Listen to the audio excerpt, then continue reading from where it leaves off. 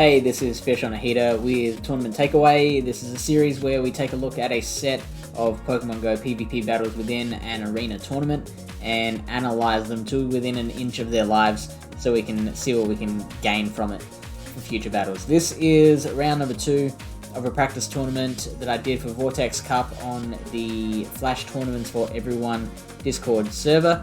I should probably grab a link to chuck in the description or something that's extra work for me, but you know what, I'm willing to do that for you guys. So, my opponent's name is Dominirican, and I had to read that out to myself very slowly and like enunciate every syllable to make sure I had that right. So, he is running a couple of cool picks, a Hitmontop and a Hypno. Now, Hypno is an interesting one because like the top 2 Pokemon in the meta are both dark Pokemon. Obviously the Thunder Punch and Ice Punch can hurt Amanda Buzz, but it's probably not going to be too much. Let me double check that. Hypno versus Mandibuzz, not Mantine. There we go. So Thunder Punch is doing 21% damage. Yeah, that's really not much. So that Foul Play is doing 36%. So definitely a big jump there. So Hypno is obviously going to be there for the fighters, but it's not going to want to handle the darks. So that's kind of an RPS kind of situation, a rock paper scissors situation going there, because like we know there's that type triangle of dark, fighting and psychic. Let's see, the Hitmontop has Stone Edge, which means it can hit back against those flyers. But so does Blaziken, which was my pick. So Hitmontop and Blaziken doing very similar things. Hitmontop bulkier, but not super bulky. And again, Alolan Sandslash gonna be just destroyed by fighters and fires, but beats the dragons very comfortably and beats the flyers pretty well. What else? I mean, Ninetales is a really, really solid pick now. It's just with that Weather Ball is just so oppressive. Ninetales is something that I really wanted to include on my team, actually. And I might still do that instead of Blaziken. Maybe. We'll see.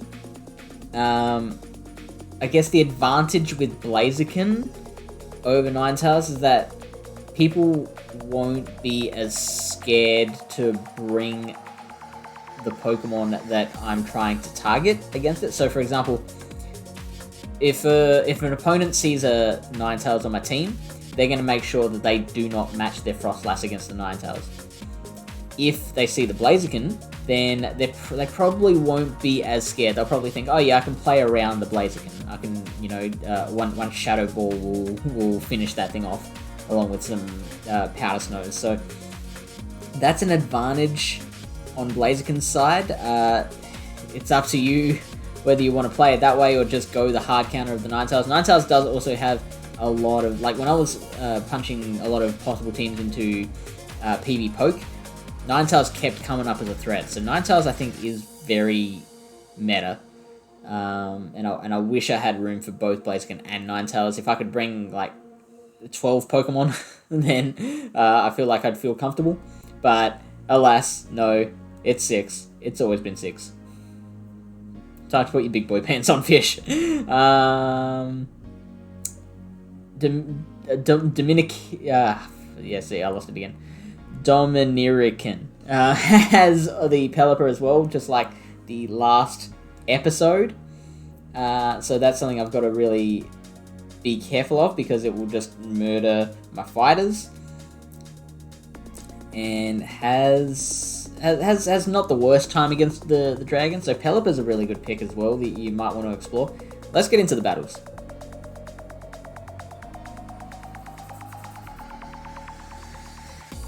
Oh yeah, this one takes a little bit of time to get loaded. Here we go. Alright, so bad start. I gotta get out of there. there's really not much I can do to threaten it at this point. So I have the double dark, and again, it's that ABB strategy that we all kind of are aware of by this point. I've got Blaziken and then the 2 Pokemon that beat Blaziken's counters. Aerial Ace not doing much. Dominirican seemed to be... This was something I noticed and I remember through all 3 of the battles. Weirdly holding on to their energy a lot.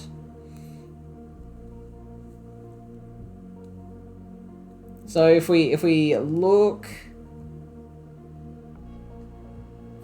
back and we'll speed it up, we'll see if we can count this. 1, 2, 3, 4, 5, 6, 7, 8. I think I sped it up, so it was a bit harder to count. Well, we'll just go with 8, 9, 10, 11, 12, 13, 14, 15, 16. So what's that? 16 times 3. You're looking at 48 energy. 3, 4, 5, 6. That's another 18 energy there. And I think this is its first body slam.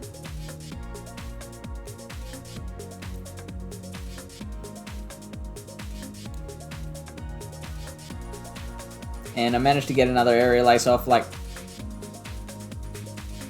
I'm sure it has a body slam available. Now Dominirican uses the first shield, and now I can tank this. Whatever it is, body slam, Dark Pulse. Dark Pulse is resisted, so I can tank this. And he can't expend any more of that energy. So now this Hypno is going to take out this Blaziken. This Blaze Kick is just for courtesy. And now, so I brought out one Dark Pokemon, and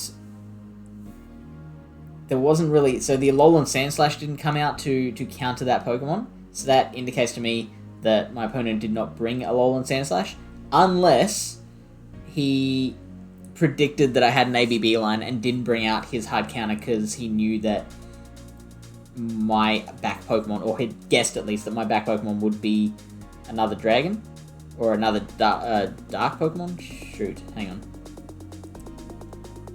Well, so yeah, both of my Dark Pokemon are also weak to Ice, which is something that I cannot believe it didn't click with me until now. Both of my Dark Pokemon are weak to Ice, so that's why Ice Pokemon are so important in this meta, because the 2 relevant Darks, which are very, very relevant, are also weak to Ice.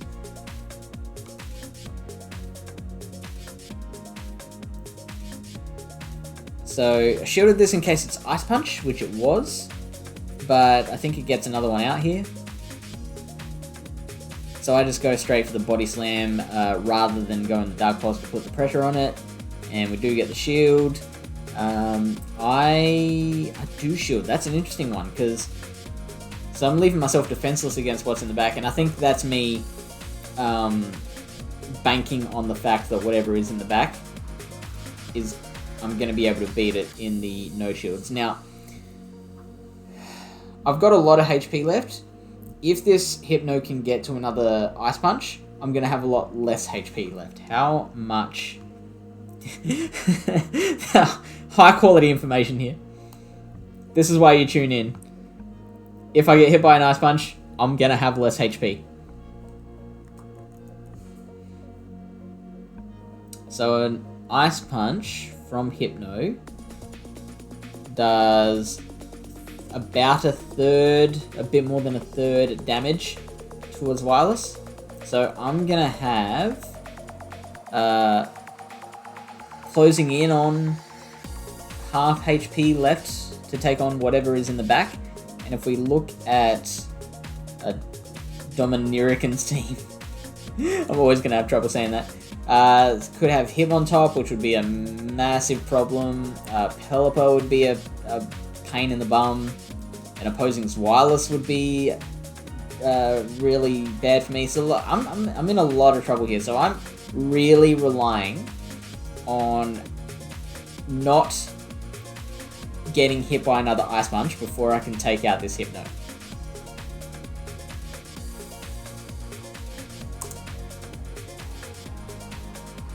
And so I got to the body slam. Alright. Whew! Okay, and there's Ninetales. Ninetales, the best possible ending for me. Like, anything else, I was in trouble. Like, yeah, especially like the Hitmontop there.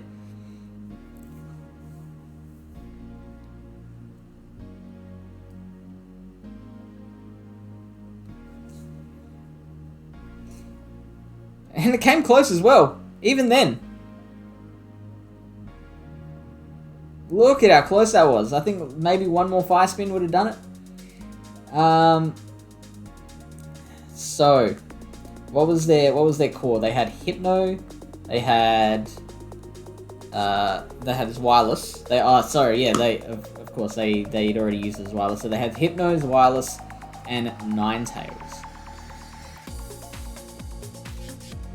Okay, so I can't see anything immediately wrong with that line, other than the fact that he's got to be careful because wireless beats both the Ninetales and the Hypno. So so yeah, that's the problem with that line, is that it doesn't have an answer for the wireless. It's got two Pokemon that are pretty solidly countered by wireless, and then a Pokemon that tie speaks wireless. So nothing there beats this wireless. The Dominirican was probably relying on the Ice Punch damage to counter this wireless. That only works in the no shield situation. And I imagine, let's look this up. I imagine in the 0-0,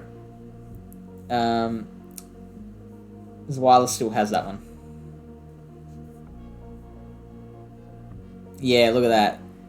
Hypno only wins in the 1-0 or the 2-0. Wireless is winning every other situation. And that's even with Ice Punch. So be careful of that. If you've... that's what I've been doing so far in this tournament, is every Pokemon I have that has like one counter that can beat it, I make sure that both of my other Pokemon beat that Pokemon. So for example, if I were a Dominirican and I wanted to lead a Hypno, I would probably have like a Hitmontop and a Sandslash in the back, because they both beat this wireless. Trouble is, I have not looked yet to see whether any of these other Pokemon are counters too. So like looking at my team now, like that's a pretty solid strategy. But then if I lead Mandibuzz, that complicates things, because not only does it beat the Hypno, it also might beat the Hitmontop. I haven't looked into that. I think maybe Hitmontop might be able to overcome Mandibuzz with the power of counter. But in just a general sense, yeah, that Mandibuzz would become a problem. So, I mean, interesting mind games with the team composition. Alright, so let's go into battle number 2.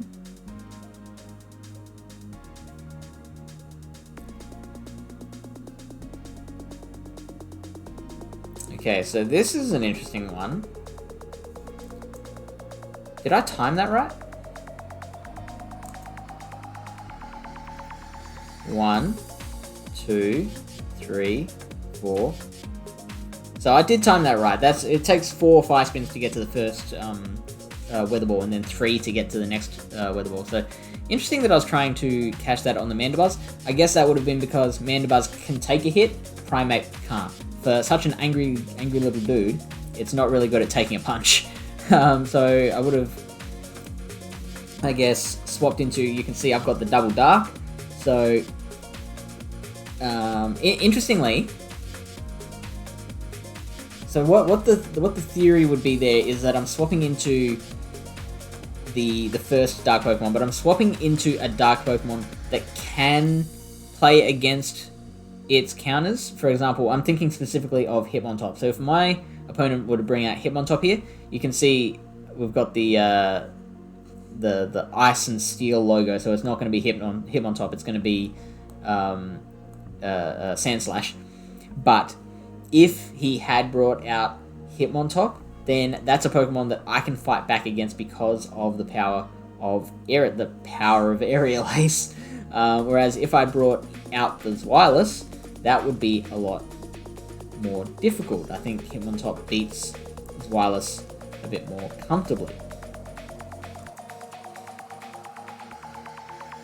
So I think that's a shiny Alolan Sandslash. I'm just going straight Foul Play. I don't think I'm going to shield unless... Let's see how this goes down. Again, I think Dominirican has farmed up more energy than necessary. And I'm letting this go. And it leaves me with a bit of HP left. So, perfect for me. I was able to tell... I don't think, if I remember rightly, I wasn't completely sure in the moment, but I was fairly sure that that first Ice Punch had done little enough that I would survive the second one and would enable me to get out a Foul Play here.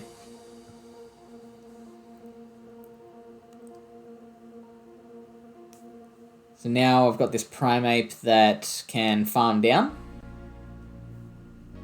Waiting out the switch timer.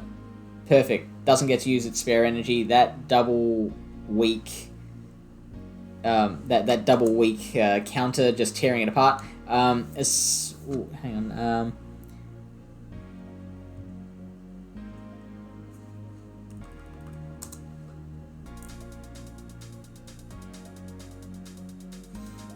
Okay, so we see the fire.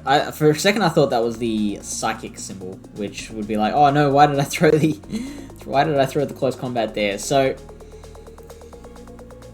we knew that Ninetales had a Weather Ball ready because it threw 4 Fire Spins and then got out of there.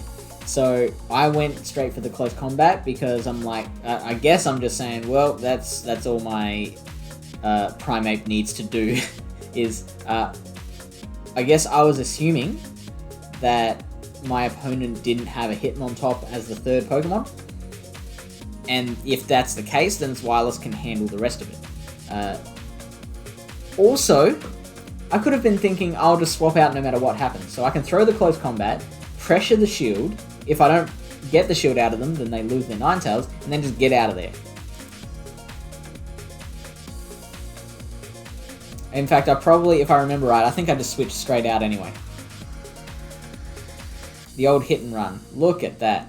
And I switched straight into the Zweilous anyway. Just for argument's sake, how much does a Confusion from Hypno do to a double debuffed Primeape?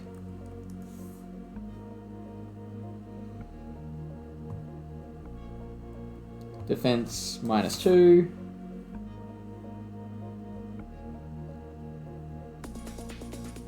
$31 damage. 31 damage.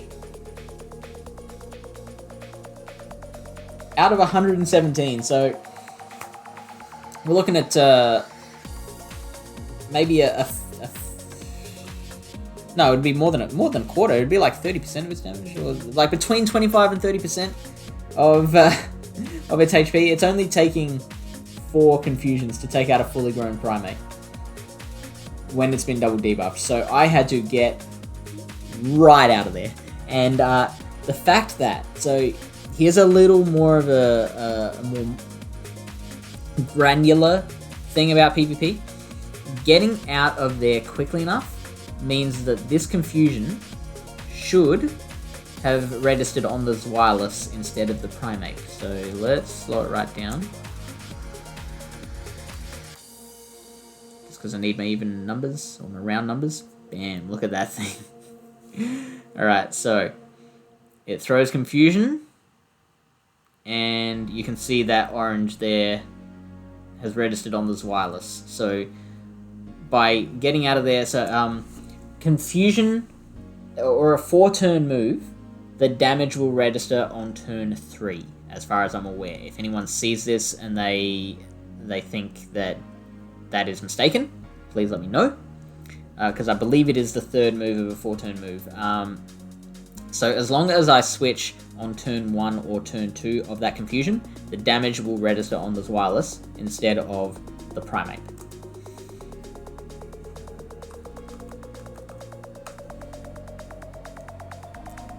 So obviously, Ice Punch is coming in. I've got my 2 shields to play with. Timing is a bit of a thing here. So actually, let me go back, because I think I messed up the timing on both of these. So obviously, if I throw a charge move as Hypno gets to the end of a confusion, then it's going to start firing another confusion, and it's going to get that whole energy, that whole confusion worth of energy, in this time that it takes for me to throw a charge move, which is 1 turn. Which is a big deal. I don't want to get hit by an Ice Punch. I'm scared of the Ice Punch. So, I gotta make sure that I time it properly. Which is hard to do with 1 turn, or... Yeah, it's a bit hard to do, because you don't exactly know... You don't exactly know when the animation's beginning and ending. Like, you got a fair idea. But, like, you can see I just got it wrong there. Let's look at it again.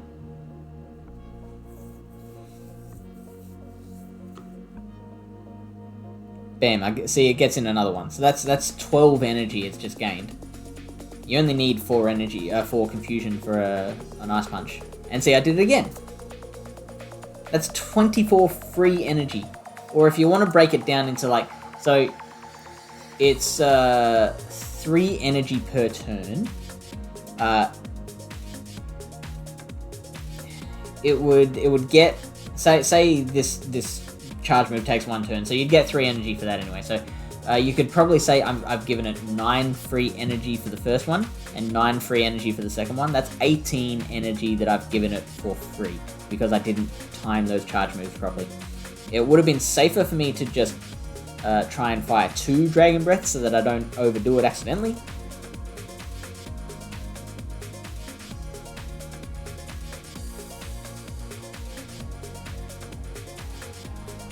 And look at that, back-to-back Ice Punches. And I didn't get a Dragon Breath in.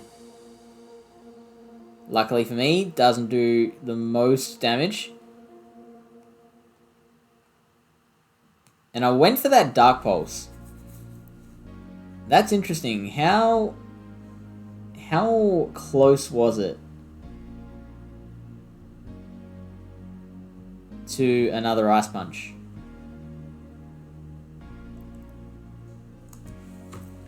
One confusion, 2 confusions, 3 confusions, 4 confusions. So that's 48 energy, Ice Punch is 40, so it's got 8 energy left. 1, 2, 3. So 44 energy at the moment.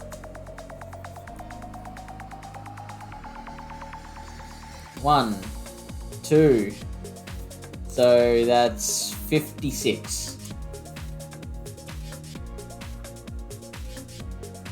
1. So that is 68. So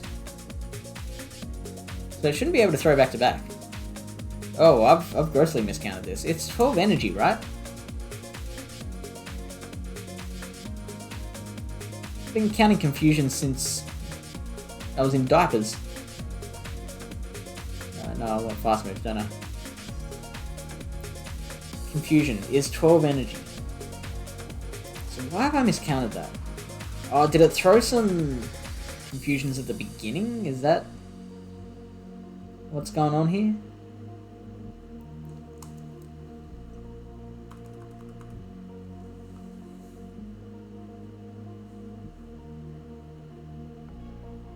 Yeah, no, that Hypno doesn't come out until after the Ninetales goes down.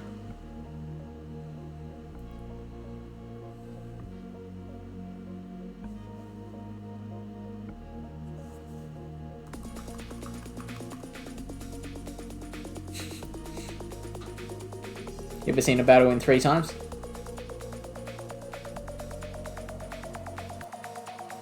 Now I close combat the Ninetales. Bang. I think there's like equals brings it back to 1 speed. Okay. Let's try again. 1, 2, 3, 4.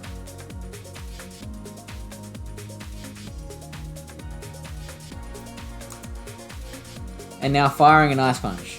So it should be on 8 energy now.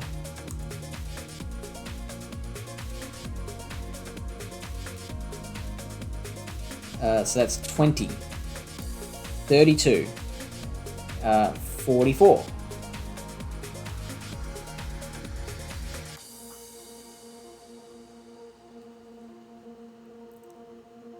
56, 68.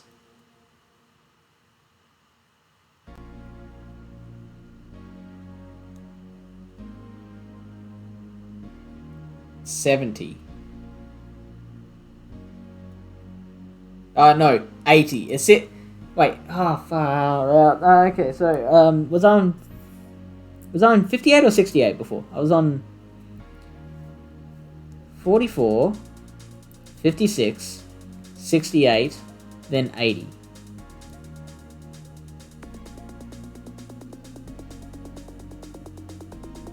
I'm gonna count one more time.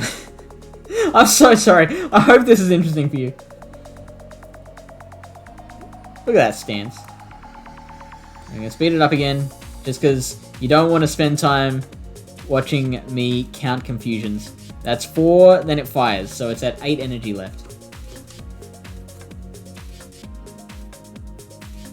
1, 2, 3, and then I believe it fires. So that's no, I don't think it does. So that 44 at the moment. 44, 56, 68. And then I think it fires one more. So, 80. 80. Yeah, jeez, okay. Oh, man.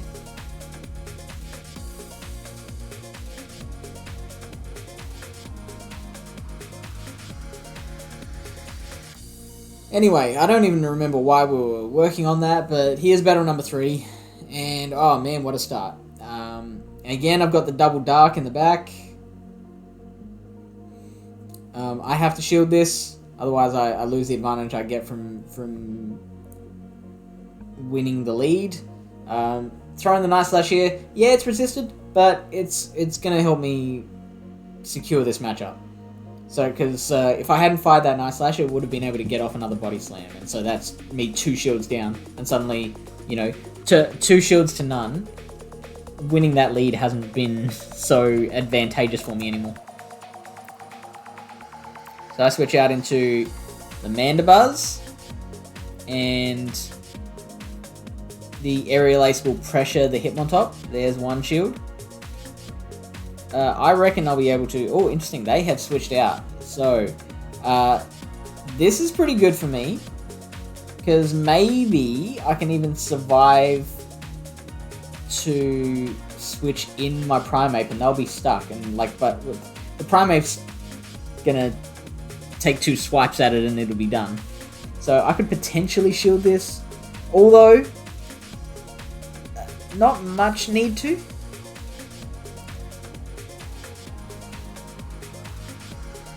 Here's the foul play. Oh, this is an intriguing battle. Okay, so let's take stock of what's happened at the moment. So, when did my opponent use that second shield? Let's go back.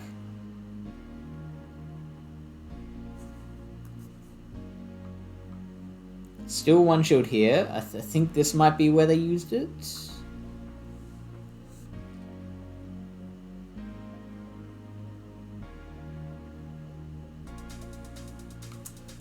Okay, so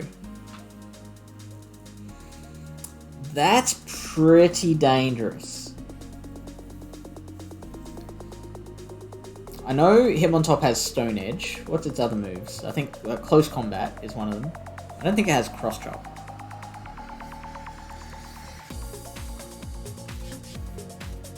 We've got Close Combat, Stone Edge, and Gyro Ball with the other one. So chances are it's running Close Combat and Stone Edge.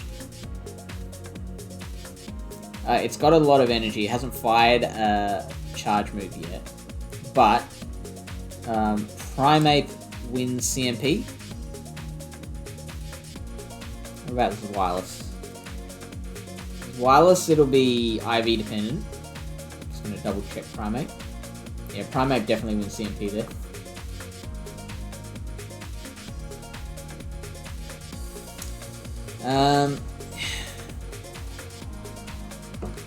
I don't think it was wise to use that second shield at all.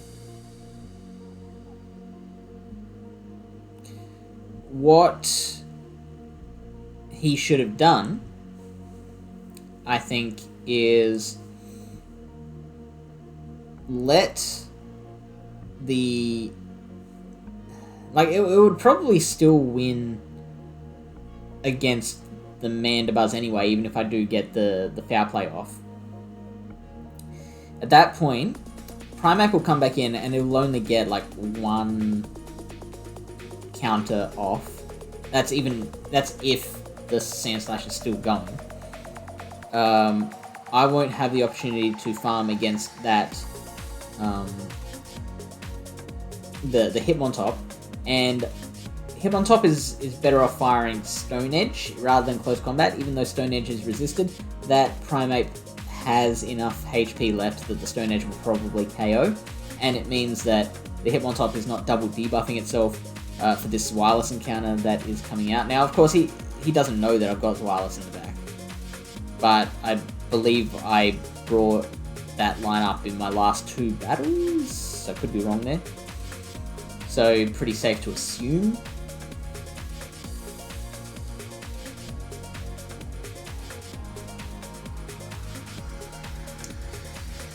And the crazy thing is, I still get to another foul play, so I'm guessing that if they hadn't shielded, my Mandibuzz would have won this. But that's okay, because then the Hitmontop can come back in and it can farm. You know, that'll be a dangerous situation for me if Hitmontop has that much energy. Look at that. No matter how much energy that thing's got, it can't use it. And now I've managed to get to a close combat. He doesn't have any shields. And it does all that damage. I didn't even need wireless. So, keep the shield. Even in that situation, it wasn't super important to maintain switch advantage. Keeping the shield in hand was more important to guard against the energy that I'd already built up. That Hitmontop had built up more energy than the Primeape had, but the fact that it had no shield meant that the Primeape still had the advantage. In the end, I didn't even need the shield because of the Hitmontop not having a shield. Obviously, if it had a shield, then suddenly that's a lot tighter a situation. But then, having said that, of course, I did still have a full wireless in the back, so might not still have won. That's it for this episode. Hope that helped. Remember to follow the got it wrong again socials here. Join us in the conversation in all those places, and I will see you in the next video.